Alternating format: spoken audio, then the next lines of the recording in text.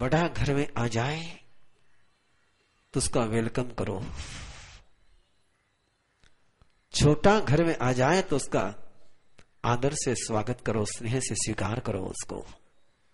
अभ्युत्थान का इतना ही केवल अर्थ नहीं कि बड़े आ गए तो उनको प्रणाम किया और छोटे आए तो उनको निग्लेक्ट किया, नहीं।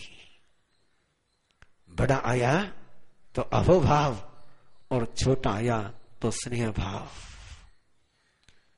घर में प्रवेश करने के साथ यदि ये दो चीजें घर वालों को मिल जाती है, घर में बड़ा आया है, छोटे उसके अभाव से स्वागत करे, और घर में छोटा आया है तो बड़े उसको स्नेह से स्वीकारे, तो क्या मजाल कि उस व्यक्ति का मन घर में आने के बाद बाहर जाने का हो जाए। क्या हिम्मत कि वो अपने भाई के बजाय और किसी दोस्त के साथ अपनी कोई कंपनी शेयर कर पाई। ये होता कब है? क्यों व्यक्ति बाहर कंपनी खोजता है? क्यों व्यक्ति बाहर शेयर करता है?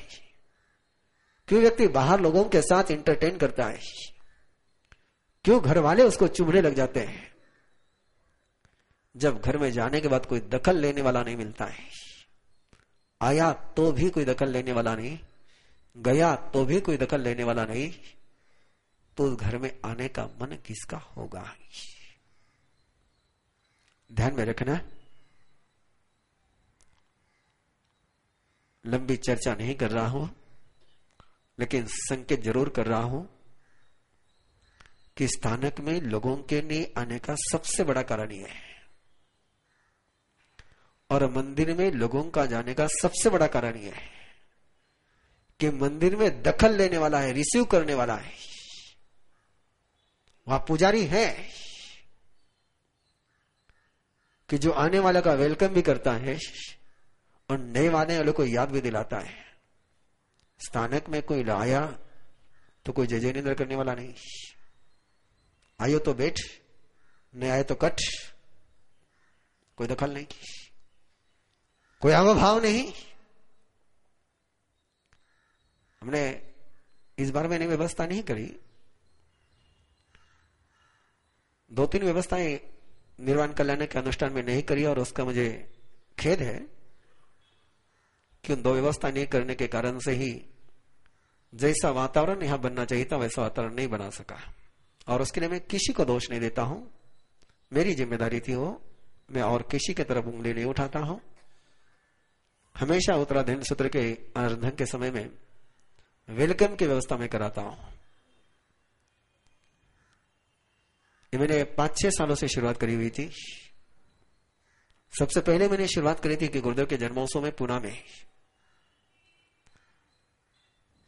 कि जो भी आए उसको बधा करके लो।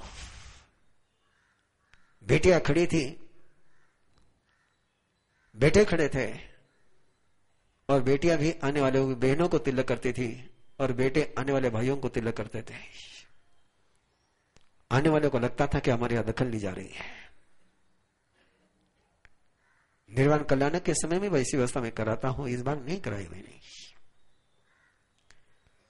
कि जब तक आप किसी की दखल नहीं लेते हैं तब तक उसका आने का मन नहीं होता है। कल्पना करो ना, आप किसी के घर पर गए और सामने वाले ने आपकी तरफ नजर उठा करके भी नहीं देखा,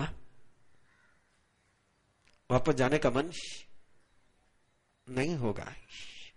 और वही होता है, वही होता है। संतों से तो कई लोगों की शिकायत होती ही होती है कि हम महाराज के पास गए और महाराज ने नजर उठा करके भी हमारी तरफ देखा नहीं, हम किस ले जाए? स्वाभाविक है। इसी को परमात्मा ने अभ्युत्थान संपदा कहा। यह समाचारी का सूत्र है कि छोटा आया तो प्यार दो, बड़ा आया तो आदर दो, समकक्ष आ गया तो हाथ मिला लो, तभी जाकर के संघ, समाज और परिवार चलता है। 10वां सूत्र है उपसंपदा, जो कभी कभार का है और जिसको आज आप लोग समझ सकते हैं कि हॉस्टल में बच्चा सीखने के लिए जा रहा है, बाहर में बच्चा सीखने के लिए जा रहा है, इसको उपसंपदा कहते हैं। एक परिवार का संत दूसरे परिवार में, दूसरे आचार्य के पास, दूसरे गुरु के पास कुछ सीखने के लिए जाता है, उसको उपसंपदा कहते हैं। कि वहां वो जाएगा तो उसी के परिवार में अंग बनकर के रहेगा।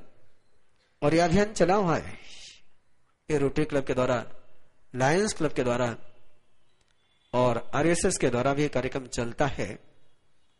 एक दूसरे के प्रदेश के लड़के दूसरे प्रदेश में उनके परिवारों में जाकर के रहते हैं, और जब परिवारों में जाकर के रहते हैं तो वहां के संस्कृति का पूरा अध्ययन कर करके आते हैं। इसको कहते हैं उपसंपदा।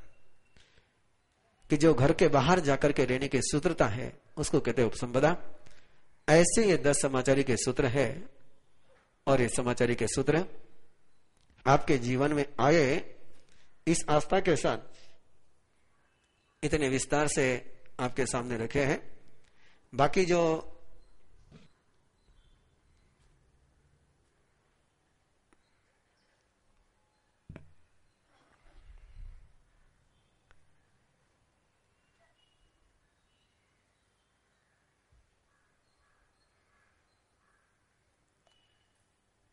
जो समाचार के सूत्र है वो साधु जीवन के हैं। उन साधु जीवन के सूत्रों की चर्चा मैंने आपके साथ नहीं करी, और थोड़ी दूसरी चर्चा करने के लिए मैंने वीडियो रिकॉर्डिंग बंद करा दी। उस पल में भी परमात्मा ने फरमाया तो नो आर्ग्यूमेंट, चल पड़े। इतना तक प्रभु से नहीं कहा कि प्रभु जिस पर सारी दुनिया तुम्हारे चरणों में आ रही है उस पर मुझे क्यों भेज रहे हो। कोई सवाल नहीं, कोई स्पष्टीकरण नहीं। ऐसा वो अनुत्तर समोशरण और वो सारी समोशरण की चर्चाएं परसों से शुरू करूंगा। आज का दिन आपके पास है, कल का दिन आपके पास है। वापस मैं बोलूंगा नहीं, वापस नहीं बोलूंगा।